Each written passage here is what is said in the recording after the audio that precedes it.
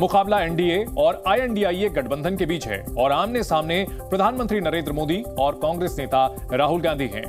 मोदी 10 साल से केंद्र की सत्ता पर काबिज हैं और जीत की हैट्रिक लगाने का दावा कर रहे हैं, जबकि राहुल गांधी की पार्टी 10 साल से विपक्ष में है और 2024 में केंद्र की सत्ता हासिल करने की कोशिश कर रही है। चुनाव का ऐलान अभी नहीं हुआ है, मगर उससे पहले मोदी और राहुल दोनों ही मोर्चे पर डटे हैं। सवाल है कि 2024 की दौड़ में कौन कहां पर है। मोदी आज उत्तर पूर्व से लेकर पूर्वी भारत और उत्तर भारत तक की यात्रा पर हैं। सुबह पीएम मोदी असम और अरुणाचल में मौजूद रहे। दोपहर को वो पश्चिम बंगाल पहुंचे और फिलहाल वो अपने संसदीय क्षेत्र वाराणसी में मौजूद हैं।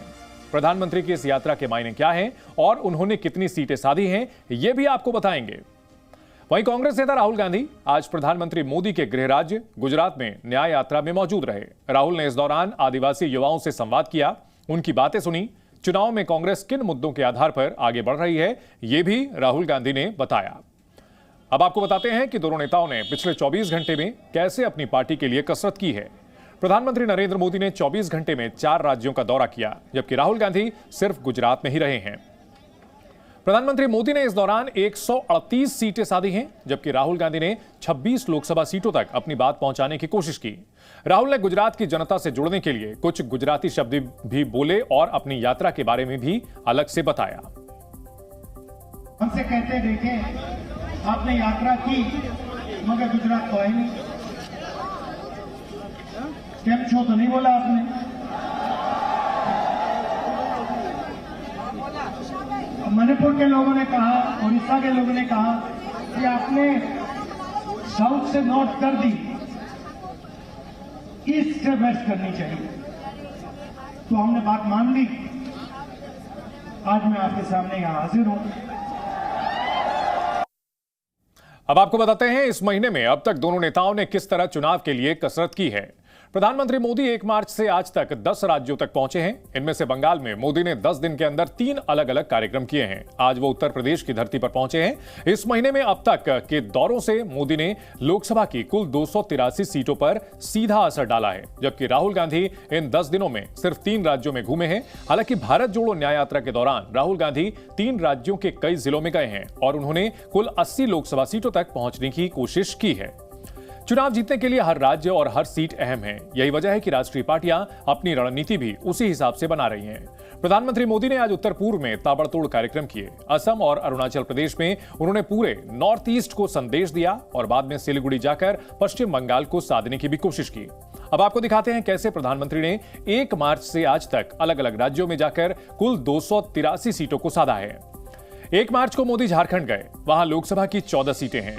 2 मार्च को प्रधानमंत्री 42 लोकसभा सीटों वाले राज्य पश्चिम बंगाल की यात्रा पर थे। इसके बाद वो बिहार गए, जहां लोकसभा की 40 सीटें हैं।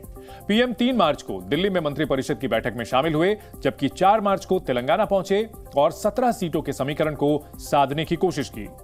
5 मार्च को पीएम एक बार फिर तेलंगाना में पहुंचे थे। इसके बाद वो ओडिशा भी गए, जहां लोकसभा की 21 सीटें हैं। 6 मार्च को पीएम एक बार फिर से बंगाल और बिहार में कई परियोजनाओं का उद्घाटन करने पहुंचे। वहीं 7 मार्च को श्रीनगर में पीएम की रैली हुई, जिसके जरिए उन्होंने जम्मू कश्मीर की 5 सीटों के लिए बिसात बिछाई। 8 मार्च की शाम पीएम मोदी 14 सीटों वाले असम पहुंचे और आज पीएम ने असम, अरुणाचल के बाद पश्चिम बंगाल और यूपी तक की यात्रा की। साथियों, सेला टनल पहले भी तो बन सकती थी कि नहीं बन सकती थी, लेकिन कांग्रेस की सोच और प्राथमिकता कुछ और थी। उनको लगता था पार्लियामेंट 1-2 सीट है यार, इतना काम क्यों करें, इतने पैसे क्यों लगाए। मोदी पार्लियामेंट मेंबरों की गिनती करके काम नहीं करता है, देश की आवश्यकताओं को ध्यान में रख के काम करता है। केंद्र में मजबूत और राष्ट्र हित को प्राथमिकता देने वाली सरकार ने 13,000 फीट की ऊंचाई पर, मैं तो देश के नौजवानों को कहूंगा कि इस टनल को देखने के लिए आना चाहिए। ये परिवारवादी सिर्फ अपने ही परिवार का फायदा देखते हैं, इसलिए जहां वोट नहीं वहां ये ध्यान नहीं देते। अनेक दशकों तक देश में परिवारवादियों की सरकारें रही, तभी नॉर्थ ईस्ट का विकास नहीं हो पाया। नॉर्थ ईस्ट पार्लियामेंट में कम सदस्य भेजता है, इसलिए कांग्रेस के इंडी गठबंधन ने आपकी परवाह नहीं की, आपकी चिंता नहीं की, आपके बच्चों के भविष्य की चिंता नहीं की। प्रधानमंत्री मोदी के बाद अब आपको 1 मार्च से आज तक राहुल की यात्राओं की जानकारी देते हैं। 6 मार्च तक राहुल गांधी राजस्थान और मध्य प्रदेश के अलग अलग हिस्सों में घूमते रहे। राजस्थान में लोकसभा की 25 और मध्य प्रदेश में 29 सीटें हैं।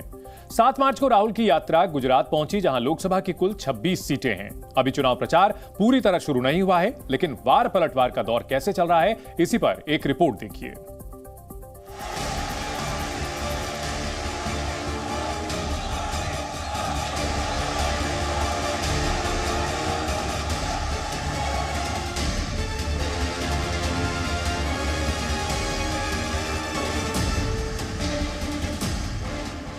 अब की बार 400 पार, अब की बार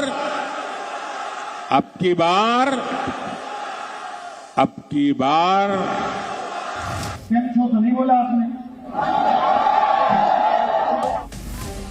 2024 लोकसभा चुनाव की रणभेरी कभी भी बज सकती है, मगर तारीखों के ऐलान से पहले रैलियों और सभाओं के जरिए सियासी दल जनता तक अपनी बात पहुंचाने में जुटे हैं। प्रधानमंत्री मोदी देश के अलग अलग राज्यों में विकास योजनाओं की शुरुआत के साथ ही परिवारवाद के मुद्दे पर विपक्ष को घेर रहे हैं। लड़ाई गरीबी और बेरोजगारी के मुद्दे पर भी है। गरीब को पहली बार लगा है कि उनकी सुनने वाली कोई सरकार है और वो भाजपा सरकार है। साथियों, विकसित भारत का संकल्प पूरा करने के लिए नॉर्थ ईस्ट का विकास जरूरी है। कांग्रेस के लंबे शासनकाल में नॉर्थ ईस्ट को दशकों तक सरकार की उपेक्षा सहनी पड़ी है। विकास की कई परियोजनाओं का शिलान्यास करके फोटो खिंचवा ली, लोगों को गुमराह कर दिया और फिर भाग गए, हाथ खींच लिए। डरते हैं, किस चीज से डरते हैं? गिनती से डरते हैं, जाति जनगणना से डरते हैं। जाति जनगणना से क्या होगा? सबको पता लग जाएगा भैया आदिवासी कितने, दलित कितने, पिछड़े कितने, जनरल कास्ट के कितने। उसके बाद एक सेकंड, जाति जनगणना 2 कदम है। पहला कदम सब जातियों की गिनती और दूसरा कदम इकोनॉमिक सर्वे।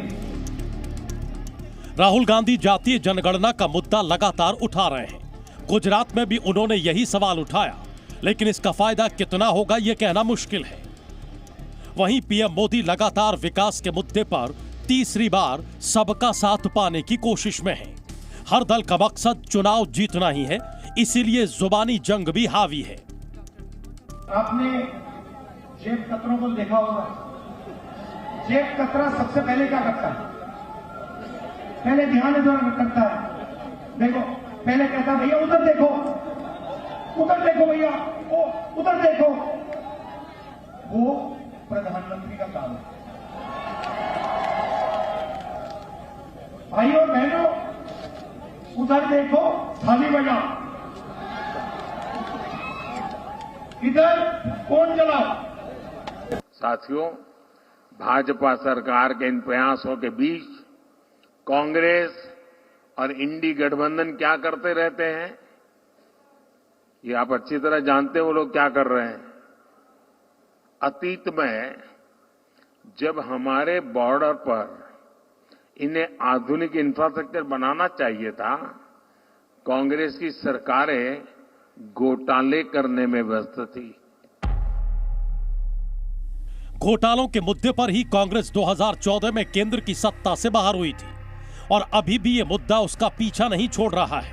प्रधानमंत्री मोदी और बीजेपी के तमाम नेता कांग्रेस की सबसे कमजोर कड़ी पर ही चोट कर रहे हैं। इसके अलावा परिवारवाद के मुद्दे पर भी मोदी विपक्ष को लगातार टारगेट कर रहे हैं। मोदी को गाली देने वाली कांग्रेस और उसके दोस्तों ने आजकल कहना शुरू किया है कि मोदी का परिवार नहीं है। उनकी गाली के जवाब में पूरा देश खड़ा हो गया है। पूरा देश कह रहा है कि मैं हूं मोदी का परिवार।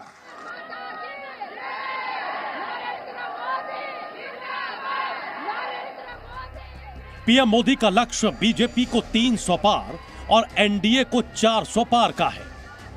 इसीलिए वो उत्तर से दक्षिण और पूर्व से पश्चिम तक सभी समीकरण साधने की कोशिश में है। इसलिए मोदी बीते 10 साल की केंद्र सरकार की उपलब्धियां भी गिना रहे हैं। सैकड़ों सालों के इंतजार के बाद अयोध्या में एक भव्य राम मंदिर का निर्माण हुआ है।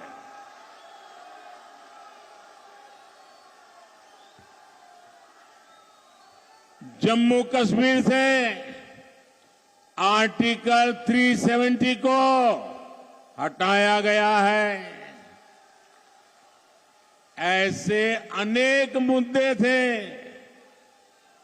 जिनके हल की किसी ने कल्पना भी नहीं की थी, लेकिन मोदी ने ऐसे हर मुद्दे को हल किया।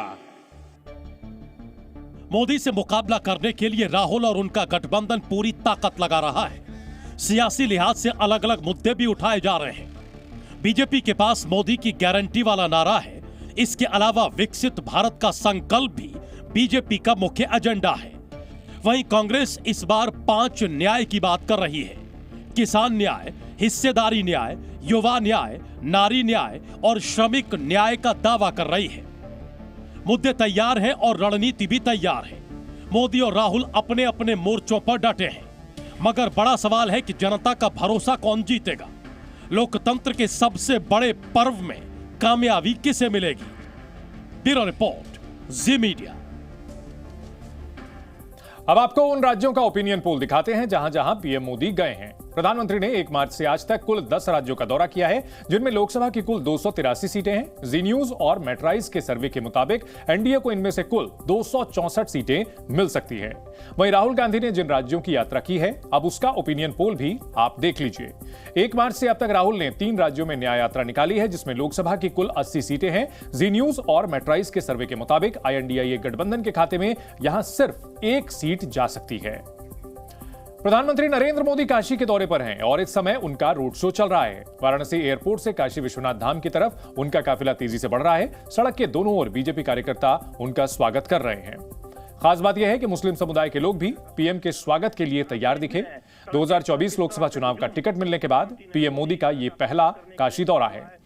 तीसरी बार पीएम मोदी वाराणसी से चुनाव लड़ रहे हैं। साल 2014 में पहली बार लोकसभा चुनाव का टिकट मिलने के बाद पीएम मोदी जब वाराणसी आए थे तो उन्होंने कहा था कि मां गंगा ने उन्हें बुलाया है, और 2024 में तीसरी बार टिकट मिलने के बाद वो वाराणसी पहुंचे हैं।